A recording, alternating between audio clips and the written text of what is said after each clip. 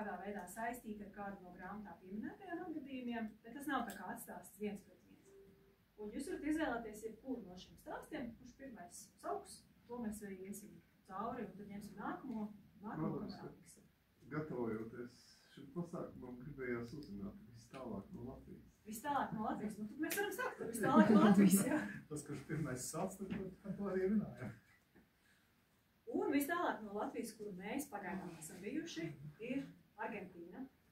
El Calafates lidosta no Rīgas lidostas atrodas gandrīz 15,000 km attālumā. Ja kādreiz gribas paskatīties šos attālumus, ir divas saites Furthest City un GCMmap.com, kur var tos attālumus pareiķināt. Tie ir intereses pēc, kur jūs esat bijuši un cik tālu tas ir. Un jā, šis bija ceļojums uz Patagoniju, Argentīnu. Tā reizē mēs bijām ne tikai Patagonijā, mēs bijām arī pašos valsts ziemeļos, pie Brazīlijas robežas un arī Brazīlijā, bet vis tālākais bija tieši Patagonija. Un patiesībā tāds pirmais iespējas, kas bija par Patagoniju, mums apstiprinājās iespējas, ka arī augsti var būt skaisti. Bieži vien cilvēki saka, nu kur tur braukt uz kaut kādām augstām vietām, jābrauc uz pludmalī, tur būs silti, jāpasildās, mums kā augstums pietiek. Bet patiesībā ledāji var būt ārkārtīgi skaisti. Tos mēs jau Svalbārā iepazinām, un tad šī bija tā pārliecināšanās par to, ka tā tiešām ir. Šeit pie Perito Moreno ledāji mēs bijām jau gabaliņu mazliet apstājušies, un tad piesaistītais grupas gids mūs nevarēja dabūt prom no turienes. Viņš teica, viņš braucam tālāk, būs skaistāk, kur jūs esat iestrēguši, bet mums jau tik ļoti tur patika, mēs beidzot tikām līdz tā īstajai vietai. Nu, tad tās emocijas vispār plūda pāri, jo tas nav tikai par to, kā tur izskatās, ka mēs redzam koši zils ezers, un tas nav tā, ka tas ir Photoshopā iekrāsots. Viņš tiešām ir tāds, ka viņš liks seriāli zilā krāsā. Ir tas ledājs, un tas ir novembris. Iedomājies, kāds ir novembris Latvijā? Pelēks, lietains, riebīgs, bet mēs esam dienvidu puslodē, tur ir pavasaris. Augst pirmās lapas smaržo pēc pavasara dzird putni, plus vēl tas ledājs, viņš izklausās pēc pērkona negaisu, jo viņš nepārtraukti kustās, viņš lūst, no viņa gabala plīst lejā, un tā lūšanas skaņa atgādina pērkona negaisu skaņu. Tāpēc mēs pie šī ledāja pavadījām aptuveni 3 stundas. Mēs tiešām bija tā, ka nevar aiziet prom, cik tie iespējas bija spilgti un spēcīgi. Tā kā es teiktu, ka tā ir viena no viss vietām, ne tikai vis tālākā, bet arī, ja mēs skatāmies, kas ir mūsu 3 mīļākie galvenais, tad vienu grūti izvēlēties, kas ir vismīļākais. Argentīna noteikti ir viens no tiem 3 Patagonijā. Tā kā braucām arī pa šo Argentīno ezeru, redzējām aizbergus, kāpām augšā, skatīties arī citus ledājus, tālumā ir Upsalas ledājs. Bildē to tā nevar redzēt, bet šeit bija šausmīgs vējš. Vējš bija tik stiprs, ka likās, ka nopūtīs no tās malas. Tad tam vējam ir arī tāds blakus efekts, ka gaisu iet smiltis. Un ko nodara smiltis fotoaparātiem?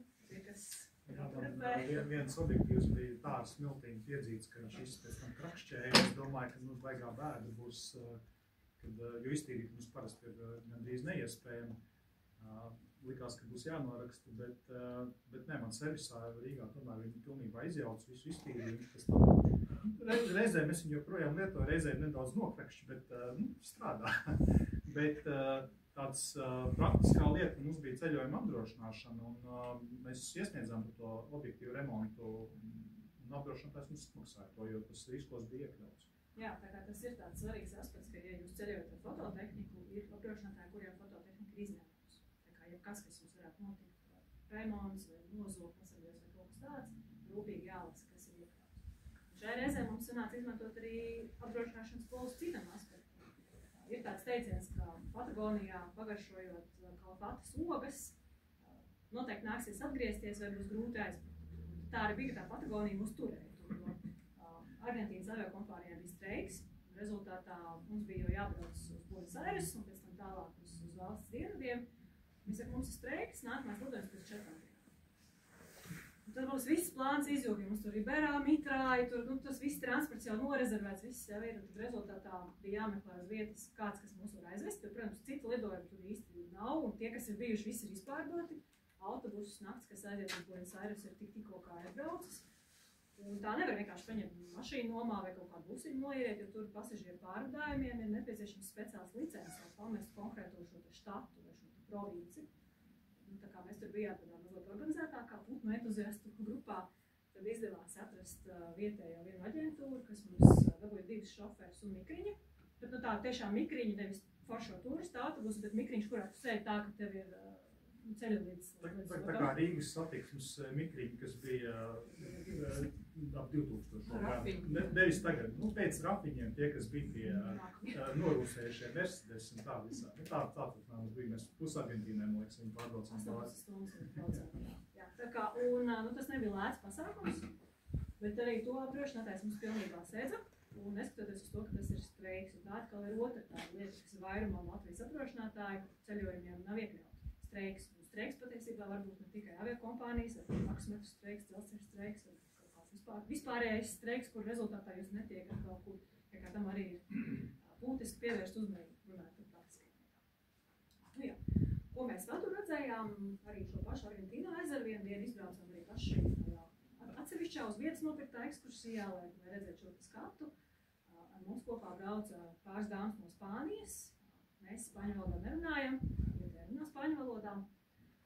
Bet, tā kā iztikām tāpat ar žestiem, visi jau var saprast, kad rāda, ka jāiet ēst, tad tu saproti, ka jāiet ēst, un tu vai bidā un baņus, jo tu vari pateikt. Bet, tā kā viss dienas pasākums vienā brīdī tā kā prasās jau zaļo pieturu kaut kur, un kā viss tika organizēts smuka mājiņa, tur tamburēts saltīts, kur cienā ar tiem ēdieniem. Spāņu sievietes jautā, kur tad ir? Kā? Kur jūs gribat izrādīt? Tu tās dāmas teica, ka viņas cietīsies, ka nē. Tā kā tas turisma attīstība vēl ir procesā, teiksim, tur labie rīcībā vēl negluži visu. Bet mums tas netraucēja šo vietu izbaudīt. Mēs tā teikt, esam pieraduši pie tādām lietām vēl. Un no dabas viedokļa tiešām tur ir ko redzēt. Ja jums kādreiz ir iespēja braukt uz Argentīnu, aizbraucot kaut vai dabas dēļ, jo tie skati, tie putni, novembris, pavasars, migrācijas laiks, tas, protams, arī var ļoti labi redzēt, tā kā iespēja bija tiešām daudz.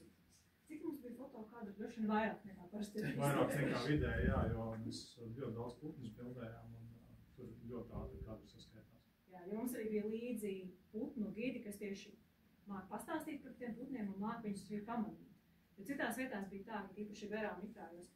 Es redzu, ka krūmi kustās, bet es neredzu, ka tur ir kaut kāds putnis. Bet tur ir cilvēks, kurš tur dzīvo, viņš zina, ka tajā krūmā dzīvo tas putnis, un viņš jau uzreiz var pateikt, jā, un izrādās tur vispār pasaulē tie putni ir tikai šajā konkrētajā, teiksim, fermas apvidū, ka visur citur viņi vairs neeksistē. Tas cilvēks pilnībā pārzina savu putnu valdību. Tas bija diezgan iespaidīgi satikt tādus dabas entuziastus. Kāds jautājums, vai tā ar to citu kāds? Kurā gadā jūs bijāt Portugālē? Patagonijā mēs bijām 2019. gadā. Kad jūs iesiet Argentīnu, labākais novembris? Argentīna. Man personīgi novembris Latvijā ļoti nepatīk, tāpēc es varu